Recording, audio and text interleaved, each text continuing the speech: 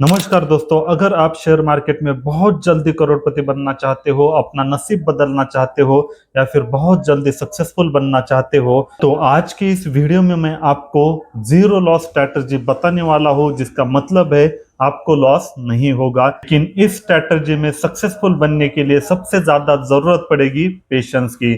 जिन भी लोगों के पास पेशेंस नहीं होगा, इस स्ट्रैटेजी को वह अप्लाई नहीं कर सकते हैं। अगर आपके पास पेशेंस है तभी आप इस स्ट्रैटेजी को अप्लाई कर सकते हो और उससे बहुत जल्दी अमीर बन सकते हो। लेकिन अगर आपको रातों रात अमीर बनना है तो यह वीडियो आपके लिए नहीं है। तो अगर आप में भी पेशेंस है और शेयर मार्केट में सक्सेसफुल बनना चाहते हो तो उन्हीं लोगों के लिए यह वीडियो है, और स्पेशली यह बिगिनर्स के लिए काफी ज्यादा हेल्पफुल साबित हो सकता है। नमस्कार दोस्तों, मैं हूं डॉक्टर प्रवीण और आप देख रहे हो रियल प्रवीण मुंडे। तो शेयर मार्केट में हर किसी का सपना यही होता है कि वह बहुत जल्दी से जल्दी अमीर बन सके या फिर करोड़पति बन सके। इसी वजह से ज्यादातर लोग शेयर मार्केट में आते हैं। शेयर मार्केट जो भी सीखना चाहता है वह कभी भी वह ऐसी सोच लेके नहीं आता है कि मुझे बस 15-20 हजार मिल जाए तो मैं शेयर मार्केट को छोड़ दूंगा। हर कोई यही सपना देखता है कि शेयर मार्केट से ही मुझे करोड़पति बनना है और ऐसी लाइफ चाहिए जिससे मैं कंप्लीट फ्रीडम पा सकूं। कंप्लीट फ्रीडम का मतलब क्या होता है? आपके पास टाइम फ्रीडम है, लोकेशन फ्रीडम है और फाइनेंशियल फ्रीडम हो तो मिल ही जाएगा। तो कंप्लीट फ्रीडम का यह मतलब होता है। और आज के समय में सबसे पागल किसी चीज के पीछे लोग हैं तो वह कंप्लीट फ्रीडम के है, और यही चीज सिर्फ और सिर्फ आपको शेयर मार्केट ही दिला सकता है। इसके अलावा कोई भी फील्ड में आपको कंप्लीट फ्रीडम नहीं मिल सकता। किसी फील्ड में पैसा ज्यादा होगा तो आपको एक ही जगह पर रहने की जरूरत पड़ेगी।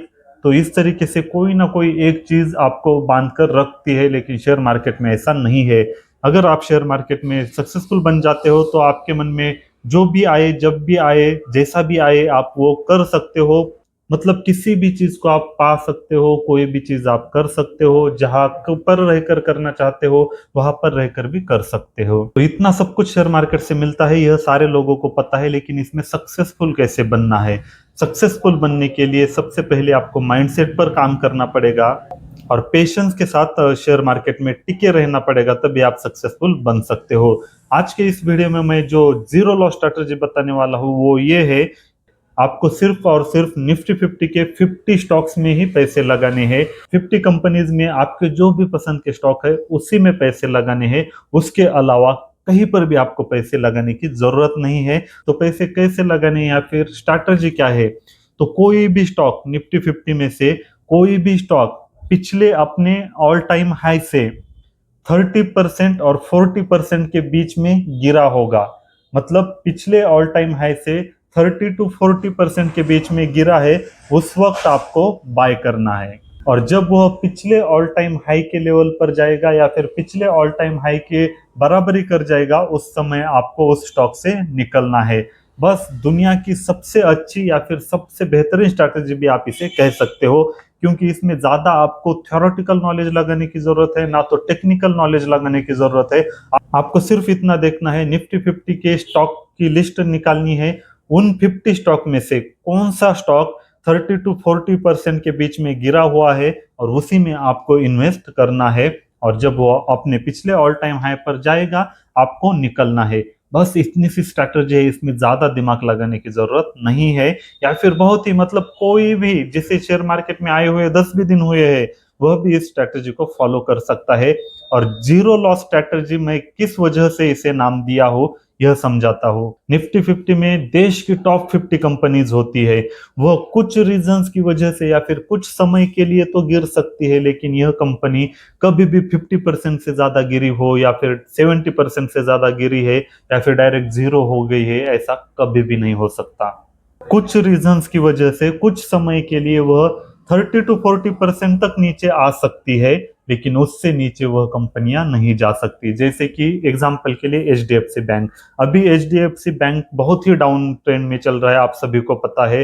अब उनका एक बैड फेज चल रहा है, लेकिन क्या आप में से कोई ऐसा सोच सकता है कि एचडीएफसी बैंक बहुत ही खराब शेयर है, उसमें तो पैसे लगाने ही नहीं चाहिए? क्या एचडीएफसी बैंक का शेयर जीरो हो जाएगा? ऑब्वियसली बात है, नहीं है। उनके मैनेजमेंट में प्रॉब्लम चल रहा है, इस वजह से वह 750 के करीब आ गया है, लेकिन यह कुछ ही समय की बात है।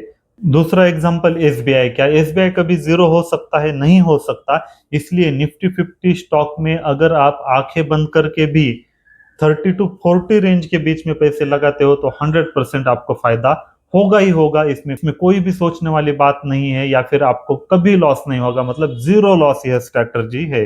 इसमें और एक परेशानी हो सकती है कि काफी सारे लोग बोलेंगे कि जो निफ्टी 50 के स्टॉक है वह आमतौर पर 30 to 40% भी गिर नहीं सकते हैं।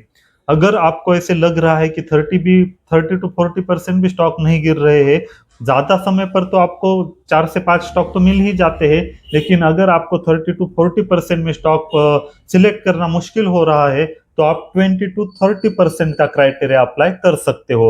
मतलब जो भी स्टॉक निफ्टी 50 में 20% से ज्यादा और 30% से कम गिरा हो उसमें आप इन्वेस्ट कर सकते हो। लेकिन ज्यादातर टाइम आपको 30 to 40% का ही क्राइटेरिया रखना चाहिए। लेकिन जब भी आपको कोई स्टॉक नहीं मिल रहे होंगे तब आप 20 to 30% का क्राइटेरिया अप्लाई कर सकते हो। यह जीरो लॉस स्ट्रैटेजी है, आप आंखें बंद करके विश्वास रख सकते हो, इसमें कोई भी प्रॉब्लम नहीं आएगा। अब चलते हैं दूसरे पॉइंट की तरफ। जो मैंने कहा था, इस स्ट्रैटेजी को अप्लाई करने के लिए सबसे ज्यादा जरूरत पड़ेगी पेशेंस की। तो पेशेंस क्यों जरूरी है? जैसा मैंने कहा, यह हाई क्वालिटी स्टॉक होते हैं या फिर देश की टॉप 50 कंपनियां होती है, इसमें ज्यादा वोलेटिलिटी कभी भी देखने को नहीं मिलती है। अगर यह 30 to 40% स्टॉक गिरे हैं तो पिछले ऑल टाइम हाई पर जाने के लिए इन्हें कम से कम 3 से 4 महीने या फिर 5-6 महीने, कभी कभी 7-8 महीने भी लग सकते हैं। तो अगर आपने एक स्टॉक में पैसे इन्वेस्ट किए हैं तो उस स्टॉक से बाहर पड़ने के लिए आपको कम से कम 6 महीने या फिर 8 महीने भी लग सकते हैं, या फिर उससे भी ज्यादा टाइम लग सकता है। लेकिन कम से कम 3 महीने से पहले तो बहुत ज्यादा गिरा हुआ स्टॉक अचानक से ऑल टाइम हाई पर नहीं जाता, वो भी निफ्टी 50 के स्टॉक। जो स्मॉल कैप मिड कैप होते हैं उनमें 20 to 30% की मूवमेंट 8-10 दिन में भी आ सकती है, लेकिन निफ्टी 50 स्टॉक में ऐसा नहीं होता है क्योंकि इनमें वोलेटिलिटी बहुत कम होती है। तो इसलिए इस स्ट्रैटेजी से पैसा बनाने के लिए आपको सबसे ज्यादा जरूरत पड़ने वाली है वो है पेशेंस की। अगर आपके पास पेशेंस है तभी आप इस स्ट्रैटेजी से पैसे कमा सकते हो, वरना आप इस स्ट्रैटेजी से पैसे नहीं कमा सकते हो। अगर आपके पास 50,000 है और आपने दो ही स्टॉक में 25-25 हजार लगा दिए और वो दोनों भी स्टॉक पिछले 6 महीने से सिर्फ 10-15% ही करेक्ट कर चुके हैं, तो जब तक वो पिछले ऑल टाइम हाई पे नहीं जाते तब तक तो आप उसमें से एग्जिट नहीं कर सकते हो। अगर एग्जिट करोगे तो ज्यादा प्रॉफिट नहीं होगा। तो मतलब अगर आपके पास कम बजट है और आपने एक ही या दो ही स्टॉक में लगा दिया है तो आपके हाथ में कैपिटल कुछ भी नहीं बच जाएगा। तो ये एक इस स्ट्रैटेजी का ड्रॉबैक है। तो अगर आपके पास कैपिटल ज्यादा है तो आप उस हिसाब से स्टॉक्स में लगाते जाओ। एक स्टॉक में आपको 5 से 10% ही कैपिटल यूज करना चाहिए, ज्यादा यूज नहीं करना चाहिए, तभी आप ज्यादा स्टॉक्स में इन्वेस्ट कर सकते हो। क्योंकि इस स्ट्रैटेजी से अगर आप स्टॉक में इन्वेस्ट करते हो तो टारगेट हिट होने के लिए 6 से 8 महीने लगने वाले हैं, यह बात दिमाग में रखना है। तो आई होप दोस्तों आपको यह पूरी स्ट्रैटेजी पसंद आ गई होगी। तो यह पूरी बात मैंने इस स्ट्रैटेजी के बारे में बता दिया। दोस्तों और एक बात मैं सोच रहा हूँ, हर दिन आपके लिए प्री मार्केट एनालिसिस करता रहो और हर दिन एक वीडियो बना सकूं, ऐसी कोशिश कर रहा हूं। आपको क्या लगता है, क्या मुझे यह सीरीज शुरू करनी चाहिए या नहीं? कमेंट में जरूर बताना। मिलते हैं अगले वीडियो में।